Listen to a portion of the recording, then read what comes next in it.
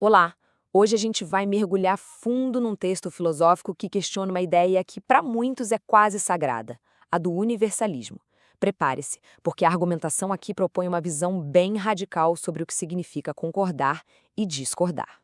Bom, vamos direto ao ponto. O texto já começa com essa afirmação que é um verdadeiro soco no estômago. Isso já estabelece o tom de tudo que vem pela frente.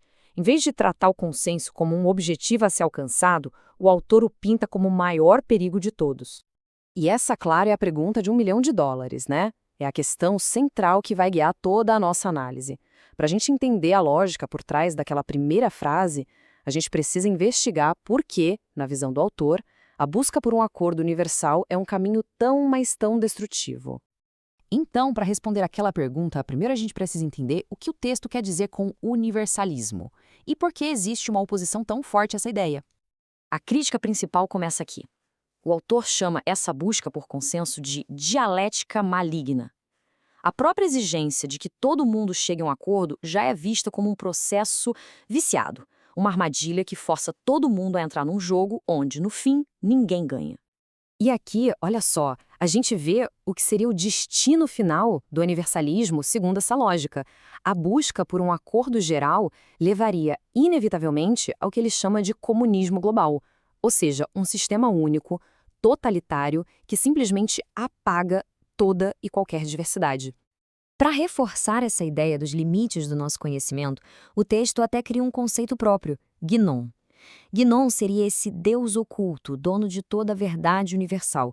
Uma verdade que, segundo o autor, está fundamentalmente fora do nosso alcance como seres humanos. Isso traz a discussão para um nível bem prático. O texto basicamente diz que não existe um modelo único de vida boa que sirva para todo mundo. E a tentativa de impor um modelo desses transforma tudo em política, onde, no fim das contas, o mundo inteiro ganha o poder de vetar como um grupo ou até um indivíduo deveria viver. E este quadro aqui deixa o conflito bem claro, preto no branco. De um lado, o universalismo, que, segundo o texto, leva à politização de tudo, ao controle.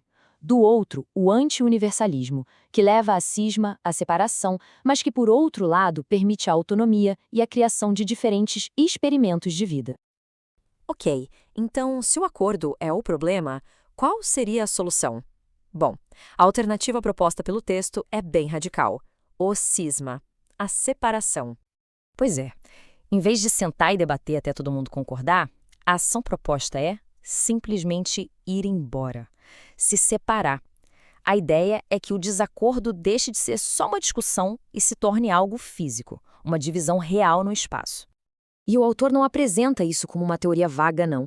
É um processo, um passo a passo para a fuga. Começa com a simples rejeição da ideia de consenso, passa pelo ato de se separar e termina com grupos diferentes vivendo seus próprios experimentos, sem dever satisfação a ninguém. Essa frase é cortante. Ela captura a essência fria e lógica dessa ideia de separação. Cada experimento social é autônomo. Se vai dar certo ou errado é um problema exclusivamente interno.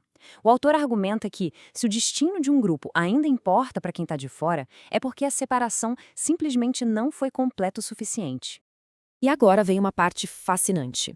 O autor vira essa mesma lógica para dentro de casa, digamos assim, e a usa para criticar o movimento político específico do qual ele mesmo faz parte. Exato. Essa seção coloca o argumento em contexto com uma autocrítica bem direta. O alvo é a neorreação, ou NRX, o movimento político com o qual o autor é associado. Isso mostra que ele não está poupando nem o próprio campo ideológico. E aqui está a crítica. Ele argumenta que o movimento, muitas vezes, trai os próprios princípios. Em vez de defender a separação, muitos dos seus seguidores acabam caindo na mesma armadilha que criticam. Eles propõem as suas próprias soluções universais para o mundo. Isso só reforça a ideia de que qualquer tentativa de criar uma ordem global, não importa de qual ideologia venha, está condenada ao fracasso. Segundo o texto, a única coisa que realmente pode ser distribuída universalmente é a desordem, a entropia. Certo, então se uma ordem universal é impossível, que é que sobra? O argumento todo se amarra num princípio final, que é muito poderoso. E aqui está o ponto crucial, resumido em 4 palavras. A ordem, segundo o autor, não pode ser imposta de cima para baixo, não pode ser universal. Ela só consegue existir de verdade em pequena escala, de forma localizada. Para dar mais força a esse argumento, o autor faz uma analogia bem interessante com a física. Assim como a energia num sistema fechado tende a se dissipar em desordem ou entropia, qualquer tentativa de criar uma ordem universal só resultaria em ruído, em caos. E essa frase finaliza o raciocínio de forma brilhante, mostra a natureza direta, sem rodeios, da tese do autor. Ser anti-universalista, para ele, não é só uma questão de preferência política, é um reflexo de uma lei que ele enxerga como fundamental da própria realidade. E assim, a análise nos deixa com esse desafio final. A questão é colocada como uma escolha binária, sem meio termo. Ou se abandona completamente a ideia de universalismo para permitir que as diferenças escapem, ou se protege essa ideia e, ao fazer isso, nos tornamos um obstáculo para essa mesma fuga. É uma pergunta que, com certeza, continua ecoando.